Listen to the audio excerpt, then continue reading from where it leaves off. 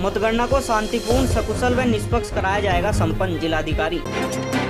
जनपद मुजफ्फरनगर में 10 मार्च को होने वाली मतगणना को शांतिपूर्ण व सकुशल संपन्न कराने के लिए जिलाधिकारी चंद्रभूषण सिंह ने आज सभी राजनीतिक दलों के प्रत्याशियों व रिटर्निंग ऑफिसरों के साथ जिला पंचायत सभागार में एक मीटिंग की। मीटिंग में सभी उम्मीदवार एवं जनप्रतिनिधियों को अवगत कराया गया कि बिना ID कार्ड के मतगणना स्थल में प्रवेश नहीं किया जाएगा। मतगणना के बाद विजय जुलूस व आतिशबाजी पर भी प्रतिबंध रहेगा। साथ ही मतगणना स्थल के अंदर मोबाइल कैमरा लेकर जाने की अनुमति भी नहीं रहेगी। साथ ही जिलाधिकारी ने सभी को अन्य आदेश व निर्देशों से भी अवगत कराया। रिटर्निंग ऑफिसरों को मतगणना के संबंध में भारत निर्वाचन आयोग द्वारा निर्धारित समय प्रतिक्रियाओं को समयबद्ध तरीके से संपन्न कराने के भी निर्देश दिए। ये 10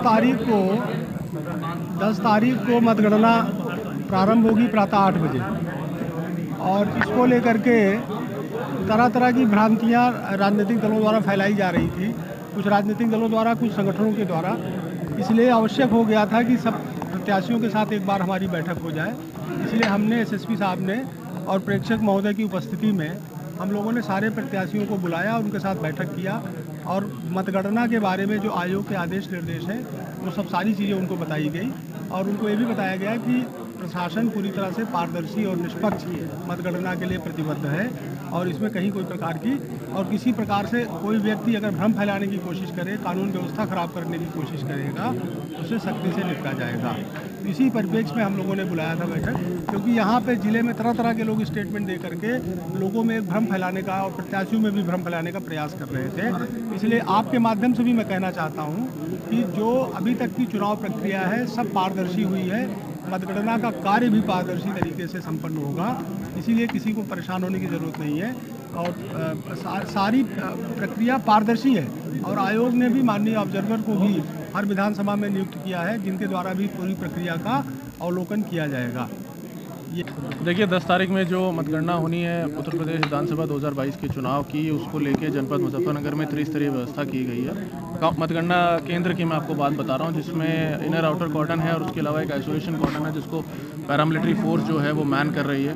इसके अलावा मतगणना के दिवस पे ये 3 लेयर में हमारी व्यवस्था रहेगी, जिसमें सबसे आउटर लेयर में जो भी गेट्स हैं, एक गेट बनाया गया है जो कि एजेंट्स के लिए बनाया गया है, जहाँ से एजेंट्स को प्रवेश कराया जाएगा। उसमें भी हमने आज मीटिंग में ये स्पष्ट बता दिया है कि एजेंट स्वयं आ सकते हैं, उनके साथ कोई अन्य व्यक्ति नहीं आएगा। कोई mobile phone, calculator, iPad, electronic item, बीड़ी, माचिस, सिगरेट, इस तरह की लाइटर, इस तरह की कोई भी चीज़ उनके साथ नहीं आएगी। और एक बार वो मतगणना स्थल पर आ जाते हैं तो वो अंदर बाहर नहीं हो सकते हैं, बाहर जाएंगे तो दोबारा अंदर नहीं आ पाएंगे। उसी तरह एक अलग गेट मतगणना कर्मियों के लिए और मीडिया कर्मियों के लिए रखा गया है, जिसमें जिसके पास भी पहचान पत्र होगा वही आ पाएगा। इसके अलावा उस दिन जनपद में भी जो विभिन्न प्रमुख चौराहे हैं, कम से कम 15-20 प्रमुख चौराहे छाटे गए हैं, जहां पे सभी जगहों पे बैरियर लगा के पुलिस फोर्स मौजूद रहेगा, लगातार चेकिंग करता रहेगा। जितने भी अगले 3 दिनों में जितने भी होटल हैं, जितने भी ढाबे हैं, बैंक्वेट हॉल हैं, सभी को हमारे द्वारा चेक कराया जाएगा, ताकि बाहर से कहीं कोई व्यक्ति आके उसमें पिछले दिनों में न रहने लग गया हो।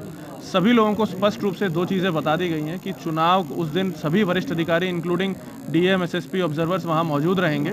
इसलिए किसी भी प्रकार की अगर किसी को कोई शंका है तो हम सभी लोग वहाँ मौजूद रहेंगे, हमसे वो बात कर सकते हैं।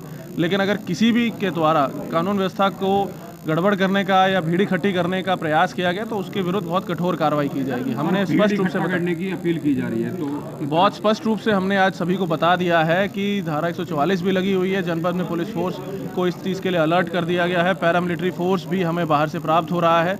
लगातार हम लोग अगले 3 दिन तक यही चीज़ सुनिश्चित करेंगे।